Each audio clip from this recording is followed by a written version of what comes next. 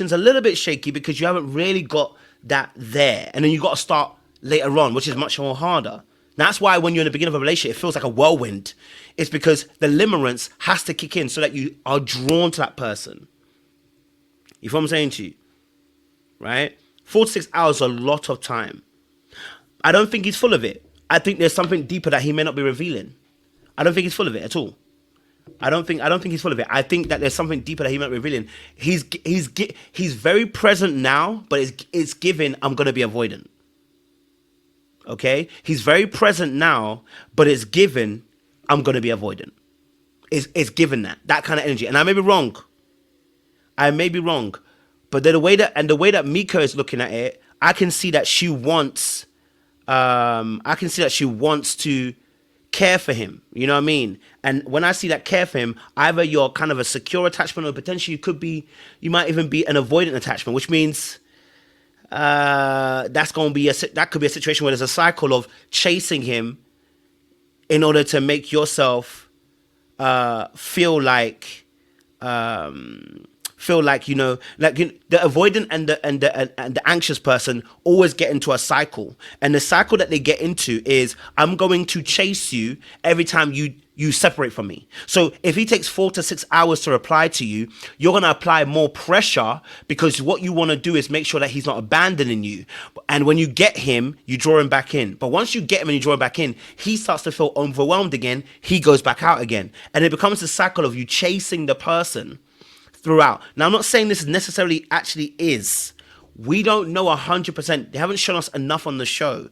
I am going based on the fact that he said 4 to 6 hours that he needed, and that his past relationship also ended because he needed space. Okay? So I don't think that they're doomed. I think it's something they need to pay attention to. Now, what was interesting was at the very end that when he said, "Oh, I love you," and she was like, "Wait, hold on." She was like, You know what I'm saying to you? She was like, "I don't want to say I love you too." And I wondered if she didn't want to say it, not because she didn't want to boost his ego, but wondering because for her, she felt like maybe there's a little bit of distance, or she felt like not saying it too quickly. She doesn't want to fall too quickly.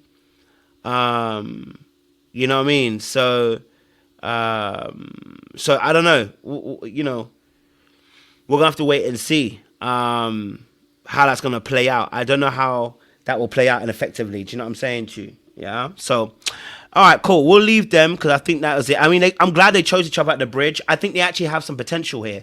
I think if they work out some of those kinks, there's a potential here. This is not a done deal. This is not a situation where they're not gonna work together. This is not a situation they're gonna break up. This is not a done deal. I feel like there's some room to improve and there's ways to go forward. I really feel like that. Do you know what I'm saying to you? I really feel like that. Yeah. So, okay, yeah, he said he feels like love. Apologies, yes. Yeah, sorry, apologies, yes. He said he feels like it's love. Yeah. So, I mean, I think there's a chance there.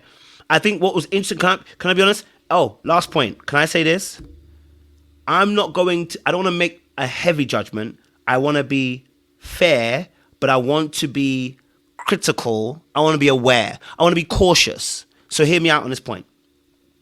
I want to be cautious, and I'm going to tell you why I'm going to be cautious. I'm going to be cautious because at the room when his boy came through, okay, when it got to here, I think I could go slightly back. Let me see. I think it was one about here. Let's see. I'm inviting Meika to meet my brother Jay. It's a true deal.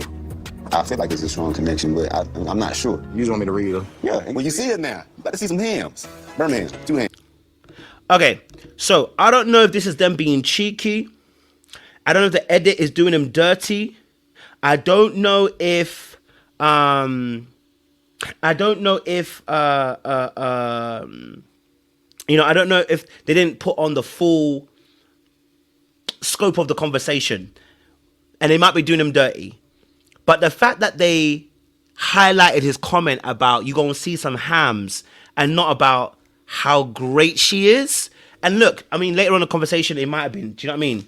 It was given we are infatuated. Do you know what I'm saying to you? You know what I mean? Like, if the comment was more about the infatuation, not necessarily the inequalities, I'm just looking at it and we're in a bit of aware about that. Do you know what I mean? I'm not saying it's definite 100%. I'm not saying it's over. I'm just saying the fact that he mentioned about the yams. Let me get to the yams.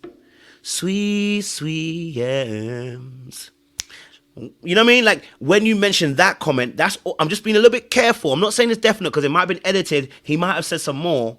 But the fact that they didn't show any more might be an indication that there might be an over focus on how good she looks. And let me tell you something, Meika looked good. No, I can't lie to you. I went onto her Instagram yesterday and I said, damn. Like, I saw Meika, but when I saw let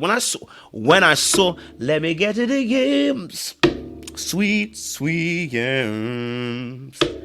When I get to the yams. I said, when I saw the Instagram, I said, this girl really be working out. Body's on point. I was like, all right, cool. So I understand why I understand, but I'm a person now that, don't get it twisted.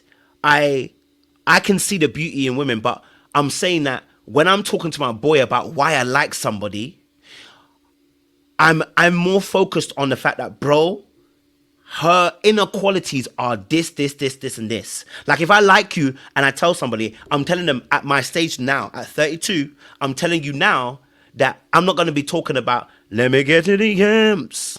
Sweet yams. Like, I'm not gonna tell my boy that. You know what I'm saying to you? I want to more talk about, hey, bro, listen, let me tell you this now. Yes, she's beautiful. I want to tell you this now, but her inequalities, bro, she's kind, she's loving, she's this and that. And I think he did say something. I'm just not 100% sure. They might just, you know what I mean? So I'm just being very careful of that. And also, as well, avoidance are very well known for kind of liking physicality, you know, because again, they don't connect very well emotionally. Do you get what I'm saying to you? So avoidance are very much physical attraction and sexual attraction because they don't do well connecting physically. So that's why I'm also looking at it very carefully with Justin. I'm going, let me get to the yams, sweet yams. You know what I'm saying to you? So I'm not saying that we're not going to talk about it. What I'm saying is, okay, is that in that immediate moment, that's the only thing that give me pause. I'm not saying that he definitely isn't.